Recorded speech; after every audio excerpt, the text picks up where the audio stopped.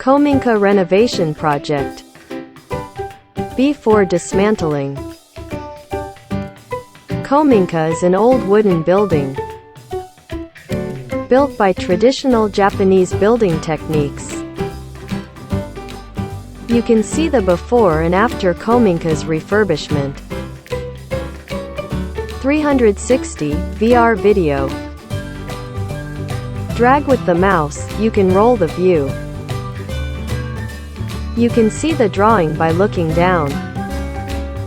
The star mark is your current location. The arrow is the direction of the first field of view. It was built in the 1960s. No architectural drawings remain. This is 60-year-old wooden building. We renovate an unoccupied house. We will send you VR videos. Various places in the house. This is the living room before dismantling.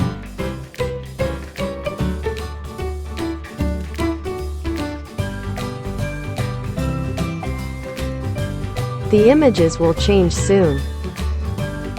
If you want to see the same thing, please pause. After dismantling.